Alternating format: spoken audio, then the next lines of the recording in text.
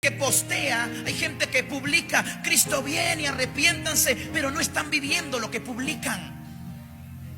Hay gente que viene al culto y cantamos: cuando allá se pase lista, y cuando allá se pase lista, pero viven una vida que yo dudo que su nombre esté escrito en esa lista. La iglesia de Jesucristo del siglo XXI está atravesando una decadencia espiritual, porque los cultos ya no son como antes. Hoy tenemos bocina, hoy tenemos buenos instrumentos, hoy tenemos buenos músicos, buenos cantantes, pero no hay unción. Padre, en espíritu y en verdad. Le decía yo que hoy en día queremos predicar con pura teología, pero sin espíritu.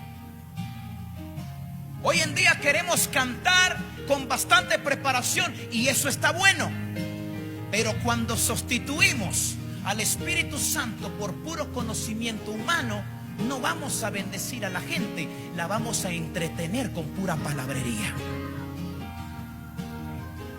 Cuando nosotros queremos realizar el ministerio con lo que yo puedo hacer, con lo que yo aprendí en el instituto o con lo que yo aprendí en el conservatorio, descartamos la unción del Espíritu Santo. ¿Por qué?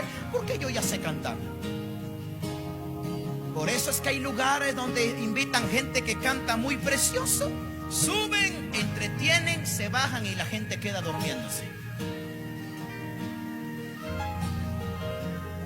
Yo conozco algunas solistas que no cantan bien. Ellas van adelante y el grupo va detrás como a 3 cuadras. Conozco a solistas que no respetan el tiempo, no saben de oído musical, no van afinadas, pero cuando agarran el micrófono hasta el puro diablo se va. Porque no es el talento. En el mundo, allá afuera, lo más importante es el talento. Aquí adentro, lo más importante es el Espíritu Santo de Dios. No estamos para entretener a la gente, no estamos para aburrir a la gente, estamos para edificar a la gente con el Espíritu Santo que ya tenemos adentro. Por eso es que la primera iglesia primitiva era una iglesia llena del poder de Dios. ¿Por qué? Porque antes de subir aquí, tenían una vida de oración en su casa. Gracias por ese amén. Por eso los apóstoles del primer siglo, ¿tú crees que Pedro sanaba a la gente solamente porque era el favorito de Cristo? No.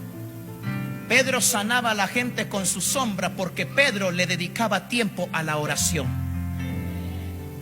La Biblia dice que Cristo, antes de bajar a ministrar a las multitudes, pasaba las noches orando en el monte.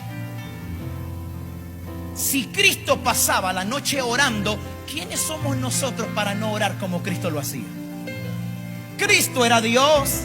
Cristo era el Hijo de Dios. Hechos capítulo 10 verso 38 dice: como Dios ungió con el Espíritu Santo y con poder a Jesús de Nazaret, y como éste anduvo haciendo bienes y sanando a los oprimidos por el diablo, porque Dios estaba con él. Significa que Dios lo ungió a Cristo. Cristo no venía ungido, Dios lo ungió. ¿Cómo? Pasando las noches en vela en un monte orando. Cualquiera diría: pero ¿por qué Cristo oraba si Cristo era Dios? Cristo era Dios, pero tenía un cuerpo igual al suyo, igual al mío, un cuerpo materializado. No crea que Cristo tenía un cuerpo de un ángel, no, Cristo tenía el mismo cuerpo suyo. Cristo tenía las mismas debilidades suyas, le daba hambre, le daba sueño, se cansaba, se dormía en la barca por el cansancio. Me contaba una hermana que tiene 25 años de ser solista. En aquel tiempo, me dice, no habían bocinas. En aquel tiempo, me dice la hermana solista, no habían micrófonos inalámbricos. En aquel tiempo, me dice, no habían buenos pianos. No había nada de eso. Había concertina, guitarrón, vihuela, guitarra. Pero eran unos cultos que había puro fuego de Dios. Entonces digo yo, ¿por qué ha aumentado la tecnología? ¿Por qué tenemos cosas tan lindas para cantarle al Señor? Pero ¿por qué muchas veces no hay presencia de Dios?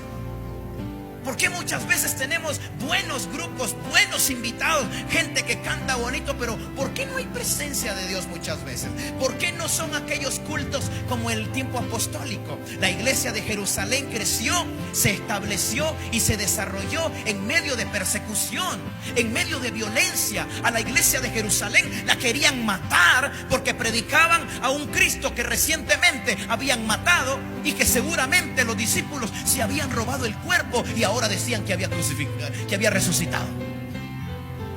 Ese era el argumento de la época.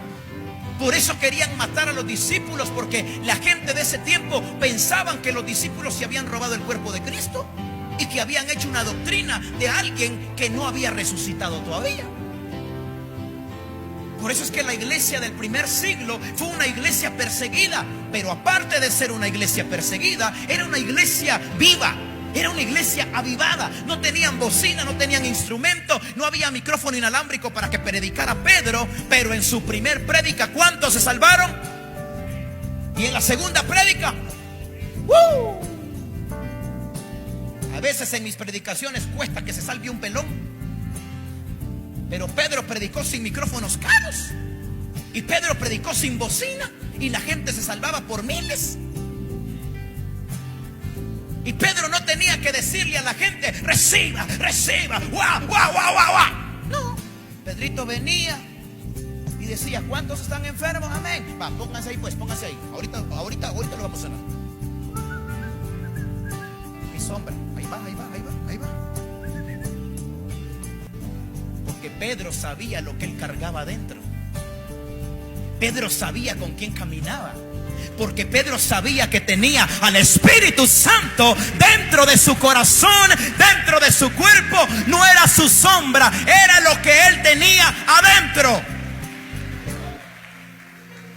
Y lo que está pasando en la iglesia de nuestro siglo presente es que todo lo queremos hacer con nuestros pensamientos. Lo que estamos pasando hoy en la iglesia es que queremos predicar con pura teología, pero sin espíritu. Queremos cantar por puro conocimiento de conservatorio, pero sin espíritu. Queremos cantar afinado, pero sin gloria de Dios. Queremos predicar un mensaje teológico bien hecho, pero sin presencia de Dios. ¿Para qué? La gente se lleva la cabeza llena de conocimiento, pero vacío el corazón, sin Espíritu Santo. Por eso yo le digo a la gente: no es necesario que usted se aprenda toda la Biblia. Con 4 o 5 versículos que usted se aprenda bien y los comience a vivir a como Dios le agrada, tiene suficiente para vivir una vida en el Espíritu Santo. Tiene suficiente para vivir una vida llena del poder de Dios. ¿Alguien quiere ese poder? Necesitamos el poder del Espíritu Santo. Por eso es que me llama la atención que Juan, guiado por el Espíritu Santo, escribe, el apóstol Juan: mas la hora viene y ahora es. Jesús no está buscando adoradores para ayer ni para mañana, no, es ahora. Cuando los verdaderos adoradores adorarán al Padre en espíritu y en verdad.